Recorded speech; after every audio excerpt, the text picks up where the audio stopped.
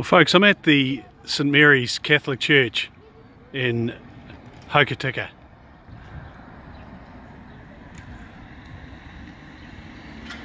A stunning building.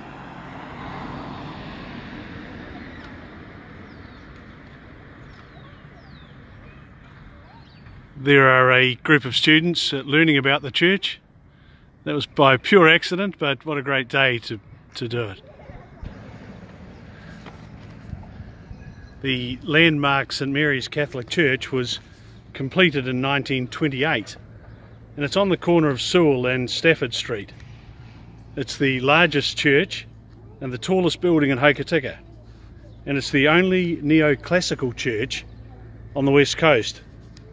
It's actually the third St Mary's Church to be built in Hokitika. Now, these buildings were designed as a landmark, and St Mary's Catholic Church is no exception. It's absolutely outstanding within the Hokitika landscape. The completion of the church was during the period 1914 to 1928, and it was interrupted during World War I due to a lack of resources. The church in many ways symbolises the particularly fervent Irish Catholic national aspirations, and it reflects the comparatively high Catholic population of the West Coast compared to many other places of the country. When the parish committee called for a replacement church to be built in 1912, they were keen to follow a fairly new trend being set for Catholic churches in New Zealand, being designed in a Roman or neoclassical style, as opposed to the old Gothic style used in many Protestant churches. I'm going to take you for a wander inside. At the moment the building is closed for earthquake strengthening, but it's the core of our community. It's a historic building. It's so important to be retained. Let's go and have a look inside. Now folks, I'm going to take you inside. I've told you a little bit about the history of the church. Come in and have a bit of a wander around. Well folks, I'm inside the church. You can see where the roofing tiles have been removed. And I want to put something to you. How many of you, as children, were up the front when they were christened? How many of you were in the choir or altar boys along the side there?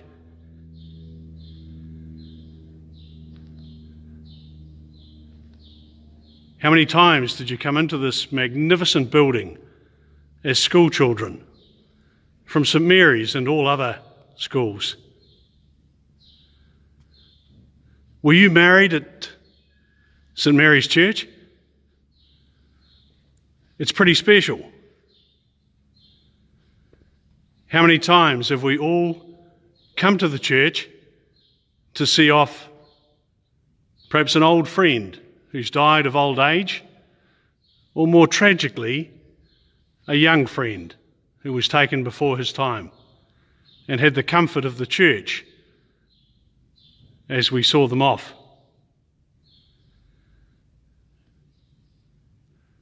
One of the tragedies for me is that the church has been closed for 5 years now.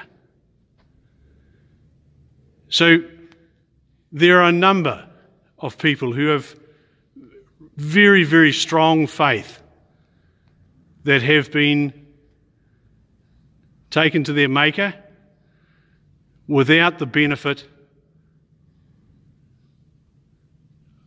of a Mass in the church, something that's hugely important to people of the Catholic faith. Now, we can't wait forever to get this building restored.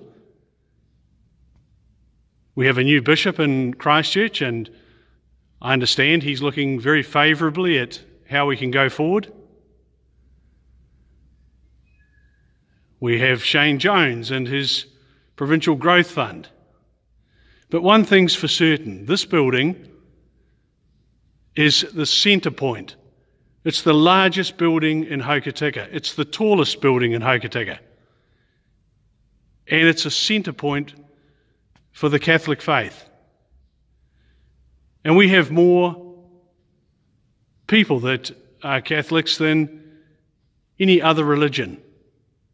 And I guess it's got to do with the Irish input that my mother and our family were part of.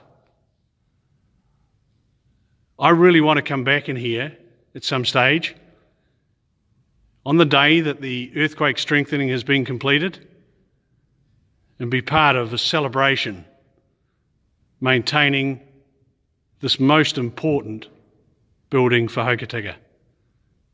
We'll catch you later.